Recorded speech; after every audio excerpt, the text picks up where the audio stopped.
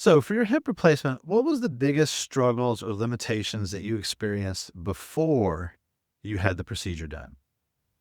There came a time I had been progressively my hips had started hurting more and more when I would try to run or do exercises, but there came a time when I don't know what happened, but my hip flexor muscles got severely irritated and I couldn't walk, I couldn't straighten up, and the only thing I could do to relieve the pain was to just sit. Sitting is one of the most unhealthy things to do for long periods of time. Was there a moment when you realized something had to change where you felt like, I can't keep living like this anymore? I had originally thought it was had something to do with my back, and after 2 back surgeries and no change, I I started consulting my physical therapist here, Stephen, and after that and some consultations with the doctor, I think we finally determined that it's probably my hip and not my back.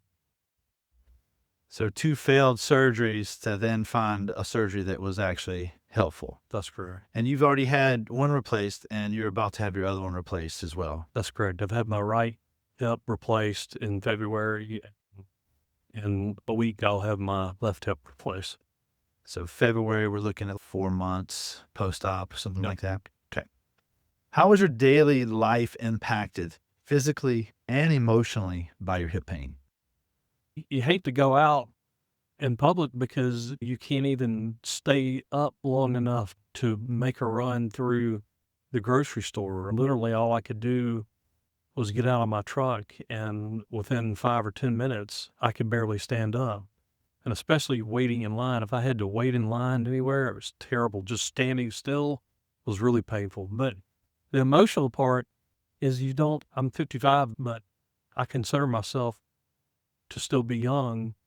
And it's humiliating to be walking around like an old man. Literally, you can't straighten up. So you just quit going out and you can't exercise and you quit going outside and being around people. So you just sit at home by yourself and you just get worse and you eat and you get fat. Well, I can see where a person will eventually, if you don't make a change, it'll eventually lead to death. That's good.